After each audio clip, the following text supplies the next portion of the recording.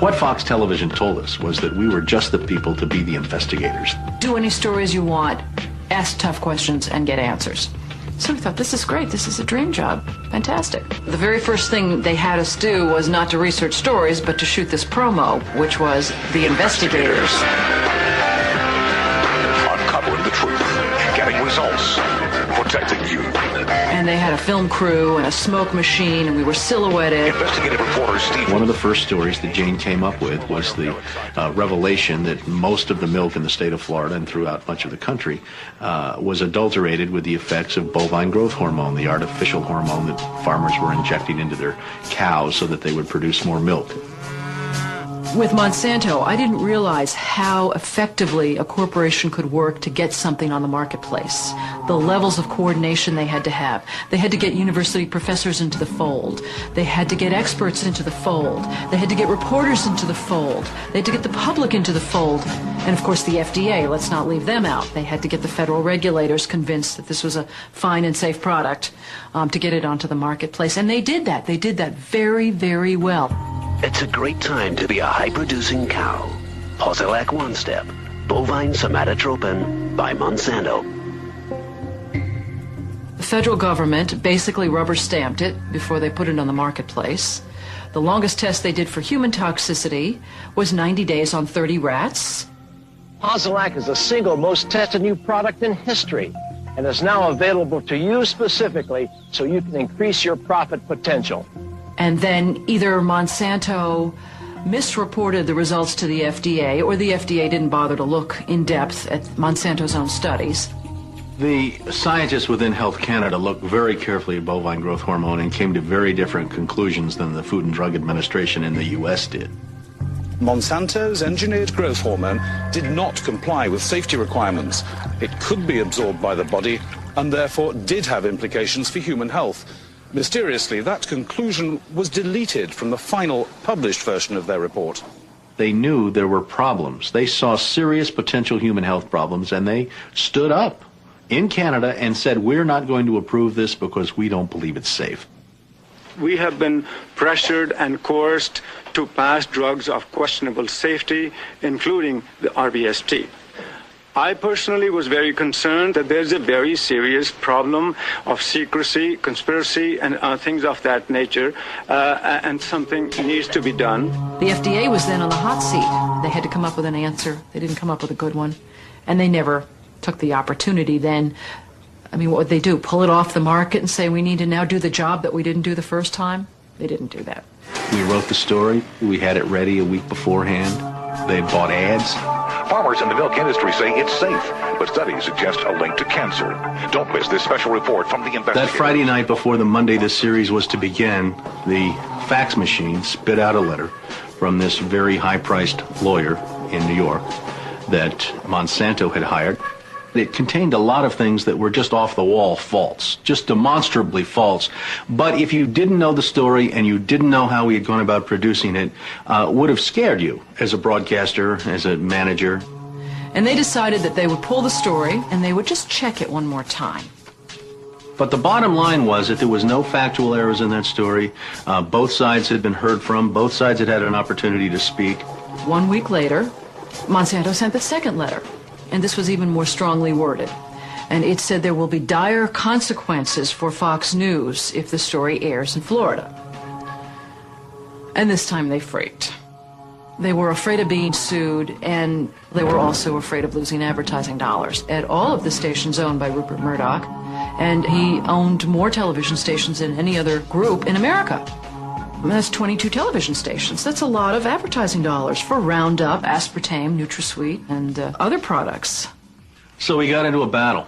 And the first deal was the new general manager. And his name's Dave. And Dave is a salesman, and, you know, he'd pump your hand. How you doing? How you doing? Called us upstairs to his office, and he said, what would you say if I killed this piece? What if it never ran? And we said, well, you know, we wouldn't be very happy about that. And he said, well, I could kill it, you know. And we said, yes, of course, you're the manager. You could kill it. It would never air. And he's hemming and he's hawing and he's back and he's forth. And we couldn't figure out, what is this all about? And finally he blurted out, look, would you tell anybody? You know, I said, I'm not going to lie for you. about a week later, calls us back to the office and says, okay, we'd like you to make these changes. In fact, you will make these changes. We said, well, look, let us show you the research that we have that shows that this information you want us to broadcast isn't true. To which he replies, I don't care about that. I said, pardon me? And he said, that's what I have lawyers for. Just write it the way the lawyers want it written. I said, you know, this is news. This is important. This is stuff people need to know. And I'll never forget, he didn't pause a beat, and he said, we just paid $3 billion for these television stations. We'll tell you what the news is. The news is what we say it is. I said, I'm not doing that. And he said, well, he said, if you refuse to present this story the way we think it should be presented, you'll be fired for insubordination. I said, I will go to the Federal Communications Commission and I will report that I was fired from my job by you, the licensee of these public airwaves, because I refused to lie to people on the air. And it's thank you very much. You'll hear from us right away. Well, 24 hours came and went, and we didn't hear a thing. And about a week later, he calls us back, and now we've changed strategies. How about if we pay you some money and you just go away? And I said, how much money? Because, you know, when somebody offers to bribe you like that, I always want to know if it might be worth it. He was going to offer us the rest of our year's salary if we agreed not to talk about what Monsanto had done, to not talk about the Fox corporate response in suppressing the story, and to not talk about the story. Not talk about BGH, again, anywhere. Not take the story to another news organization. Just zip up. I said, you mean if I want to go to my daughter's PTA meetings and explain what's in the school milk at the school lunch program? I can't. No. You can never speak about this anywhere. And Steve says, okay, write it up.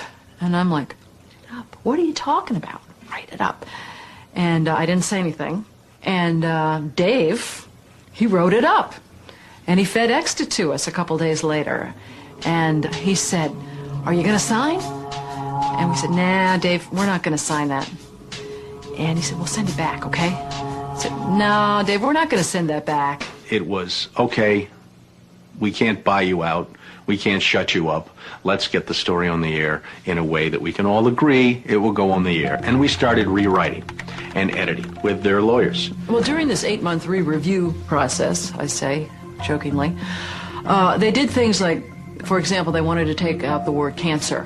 You don't have to identify what the potential problem is, but just say human health implications. Any criticism of Monsanto or its product, they either removed it or minimized it. And it was very, very clear, I would say, almost every edit they made to the piece, that was the aim. And we changed this and this and this, and then that wasn't good enough. Okay, now change this and this and this. Now change this and this. Version after version after version, 83 times. 83 times is unheard of. It doesn't happen. You shouldn't have to rewrite something 83 times. Obviously, they didn't want to put the thing on the air, and they were trying to drive us crazy and get us to quit or wait until the first window in our contract so that they could fire us. They, in effect, announced that they were going to fire us for no cause. Well, this was a little much. And Steve wrote a letter to the lawyer in Atlanta, whose name is Carolyn Forrest, the Fox corporate lawyer. And I said, you know, this isn't about being fired for no cause. You're firing us because we refused to put on the air something that we knew and demonstrated to be false and misleading. That's what this is about. And because we put up a fight, because we stood up to this big corporation, and we stood up to your editors, and we stood up to your lawyers, and we said to you, look, there ought to be a principle higher than just making money. And she wrote a letter back and said, you're right. That's exactly what it was. You stood up to us on this story, and that's why we're letting you go.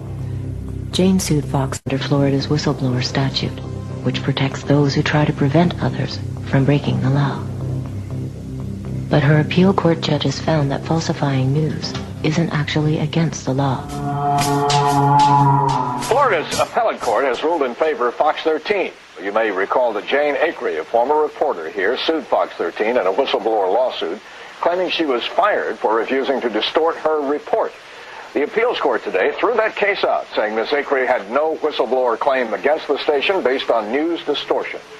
Fox 13 Vice President and General Manager Bob Linger says the station has been completely vindicated by the ruling.